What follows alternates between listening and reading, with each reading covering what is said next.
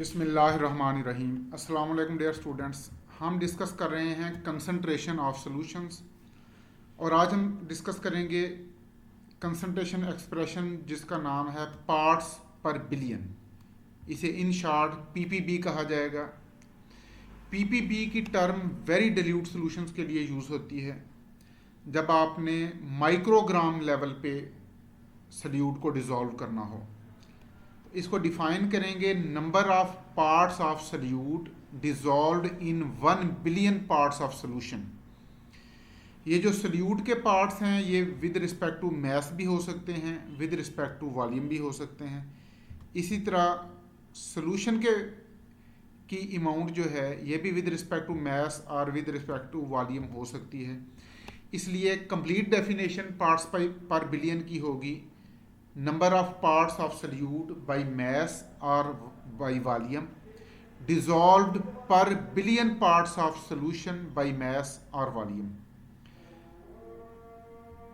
Parts पर million की तरह पार्ट्स पर बिलियन को भी चार तरीके से एक्सप्रेस किया जा सकता है। Parts per billion can be expressed in following ways, और ये जो पीपीएम एक्सप्रेशन है, ppb expressions, number 1 ppb mass by mass, जिसे पीपीबी वेट बाई वेट भी कहा जाता है और इसी को पीपीबी बाई वेट भी कह सकते हैं। इसी का नाम पीपीबी बाई मैस भी है। इसके अलावा पीपीबी को मैस बाई वॉल्यूम से भी रिप्रेजेंट किया जाता है और इस एक्सप्रेशन का दूसरा नाम है PPB weight by volume. Similarly PPB volume by volume एक और एक्सप्रेशन इसकी है जिसको पीपीबी बाई वॉल्यूम भी कहा जाता है। और नंबर 4 पे पीपीबी वॉल्यूम बाई मैस। ये चार तरीके से पीपीबी को रिप्रेजेंट किया जाता है। तो फर्स्ट ऑफ ऑल हम डिस्कस करेंगे ppb mass by mass, that is also called ppb weight by weight. Ppb mass by mass को डिफाइन करेंगे कि ये सल्यूट की मैस हम यहां पर लेंगे माइक्रोग्राम में, जिसको किलोग्राम सोल्यूशन में डिसॉल्व किया गया हो। Mass of solute in microgram dissolved per kilogram of solution is called PPB mass by mass और पीपीबी वेट बाई वेट।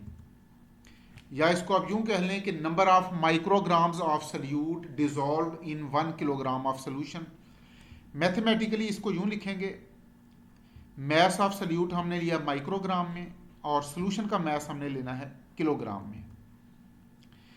लेकिन माइक्रोग्राम के लिहाज से चूंकि मेजरमेंट करना, कैलकुलेशन करना मुश्किल है, इसी मैथमेटिकल एक्सप्रेशन को आप थोड़ा सा मॉडिफाई यूं कर सकते हैं कि हम यहाँ डिनोमिनेटर में मैस ऑफ सल्यूट ग्राम में ले लें और सोल्यूशन का मैस भी ग्राम में ले लें।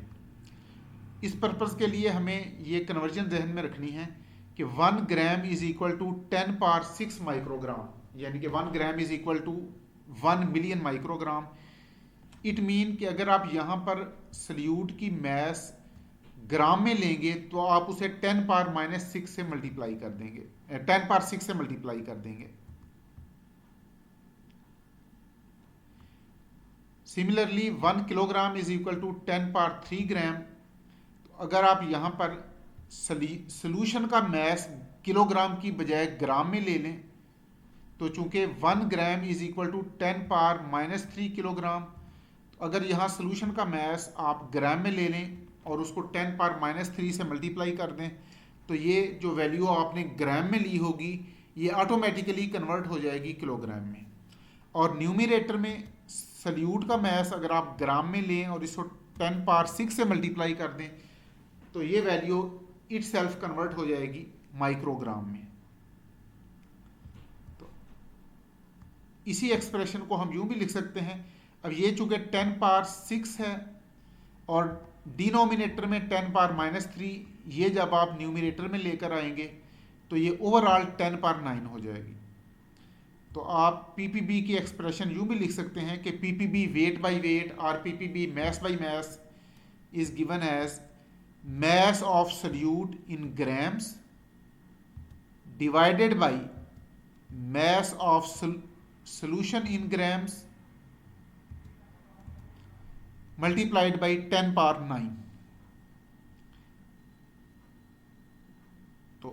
अगर आपने रिक्वायर्ड पीपीबी का सोल्यूशन बनाना हो, सपोज आपको कहा जाए कि आप 10 पीपीबी का सोल्यूशन बनाएं, तो फिर आपने सल्यूट कितना डिसॉल्व करना है, इसके लिए आप इसी मैथमेटिकल एक्सप्रेशन को थोड़ा सा मॉडिफाई कर लेंगे। ये required mass of solute is equal to ppb required multiplied by mass of solution required divided by 10 power 9। अब पीपीएम के लिहाज से या पीपीबी के लिहाज से जब आप सोल्यूशन बनाते हैं तो सल्यूट के मोलर मास की हमें ज़रूरत नहीं है। पीपी अब यहीं पर इसको थोड़ा सा अगर हम एलाबोरेट करें, सपोज आपको कहा जाए कि आप 10 पीपीबी सोल्यूशन बनाएं सोडियम क्लोराइड का और सोल्यूशन का मास 100 ग्राम हो, यानी आपने 100 ग्राम सोल्यूशन बनाना है जिसमें सोडियम क्लोराइड 10 पीपीबी हो, तो आप यहाँ पर पीपीबी की वैल्यू 10 लिख देंगे, मास ऑफ सोल्यूशन 100 लिख देंगे और 10 पावर 9 से डिवाइड कर देंगे। ये इतना जितना मास अब इसमें इसका जो आंसर आएगा उतना मास आप डिसॉल्व कर देंगे 10 पीपीबी सोल्यूशन बनाने के लिए। लेकिन ये पीपीबी चूंकि वेरी डिल्यूट सोल्यूशन है तो इसके लिए मास की डिटर्मिनेशन के लिए आपको बहुत सेंसिटिव एनालिटिकल बैलेंस की ज़रूरत है। पीपीबी वेट बाय वेट या PPB mass by mass temperature पे डिपेंड नहीं करती, ये टेम्परेचर इंडिपेंडेंट यूनिट है। और इस एक्सप्रेशन को हम एक्सप्रेस कर सकते हैं, इसकी जो यूनिट्स हैं आइदर आप इसे माइक्रोग्राम पर किलोग्राम में एक्सप्रेस कर दें या आप इसे नैनोग्राम पर ग्राम। अब यहाँ पर जो माइक्रोग्राम पर ग्राम किलोग्राम का मतलब है microgram of solute dissolved in kilogram of solution, और अगर आप इसे नैनोग्राम पर ग्राम में लिखते हैं तो इसका मतलब होगा नैनोग्राम्स ऑफ सल्यूट डिसॉल्व पर ग्राम ऑफ सोल्यूशन। तो नेक्स्ट लेक्चर में हम डिस्कस करेंगे पीपीबी मास बाय वॉल्यूम।